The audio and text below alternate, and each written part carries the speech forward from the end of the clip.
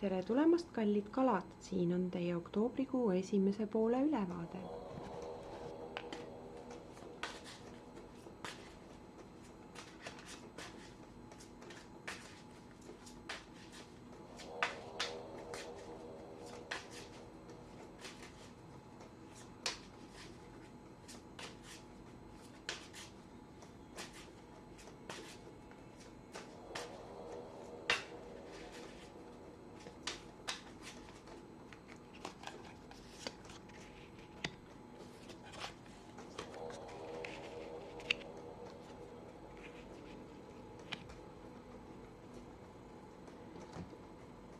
No nii, kalad, mis ma oskan öelda pidu katku ajal.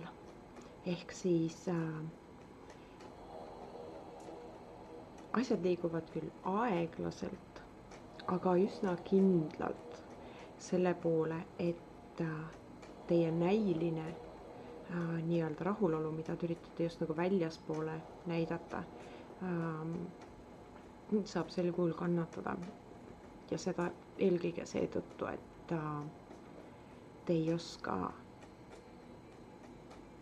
ennast avada, te ei oska asju välja öelda, te ei oska enda eest seista. Teie sisemaailm on teie enda arvates nii teistsugune, et te ei julge seda jagada kellegagi, kartes kriitikat, kartes nii-öelda väljanaermist, mis iganes see nii-öelda reaktsioon võib ollagi teiste poolt, kui te ennast avate, on teie peamine nii-öelda vaenlane. Aga enamjaolt on see teie enda peas oleva ettekujutuse vili. See, et te olete haiget saanud, ei ole osanud kas siis nooruses või siis teadmatuses mingil hetkel valida, kellele ja mida saab rääkida. Sest sellel on väga suur vahe. Kõigile ei saagi kõike rääkida. Ja nagu vanarahvas ütleb, sigade ette pärleid ei loobita. Ehk siis te peate valima, kellele te saate rääkida. Aga te peate õppima rääkima, te peate õppima väljendama. Kas või seda, et see, kuidas sina seda ütlesid, teeb mulle haiget. Kui me ei ütle seda teistele, siis nemad meie mõtteid lugema ei pea. Seni kaua, kui te ei ütle, kuidas mingi asi teid tundma paneb, kui te ei ütle, mida te tegelikult soovite, kui te ei ütle, mida te tegelikult mõtlete, siis te kannatategi. Aga on teil seda vaja? Praegu on see koht, kus see nii-öelda kriitiline mass sellest sissepoole kogutud mis iganes väljaütlemata asjadest on kaant pealt ära löömas ja mitte ainult kaant pealt ära, vaid ka põhja alt ära. Ehk siis see surve siit on üks tilk, on siit karikast puudu, et see hakkaks, et see kõik käest ära läheks. Ja leidke omale inimene, kellele te saate öelda, leidke moodus, kuidas te saate oma lähedastele väljendada. See, et te teete näo, et kõik on korras, aga seespoolt kannatate. See ei ole täisväärtuslik elu.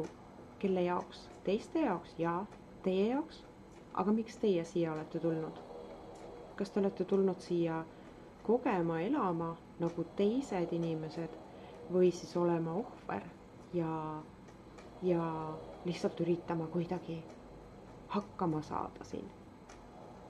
Kui te suudate enda kingadest korraks välja astuda ja vaadata kõiki võrdselt, kõiki teisi inimesi oma ümber võrdselt, siis kõigil meil on oma probleemid. Keegi ei ole ideaalne, keegi ei ole täiuslik, keegi ei ole pattudest vaba nii-öelda. Teie ei ole selles kalatiigis või konnatiigis mitte kuidagi erinev. Te olete iseennast erinevaks teinud sellega, et te isoleerite oma vajadused ja oma tahtmised. Praegu on see koht, kus tuleb usaldada, tuleb õppida andma infot teistele oma soovide kohta. Tuleb see nii-öelda valedele alustele ehitatud õhuloss, mida te näitate teistele ja mida te võib-olla ka endale nii-öelda müüte. See tuleb maani maha tõmmata ja tuleb alustada õigesti. Aeg on meie kõige väärtuslikum ressurss ja te raiskate oma isiklikku aega, mida on teil ainult nii palju, kui teile on antud. Te raiskate seda kannatades. Miks? Aitäh ja olge hoitud!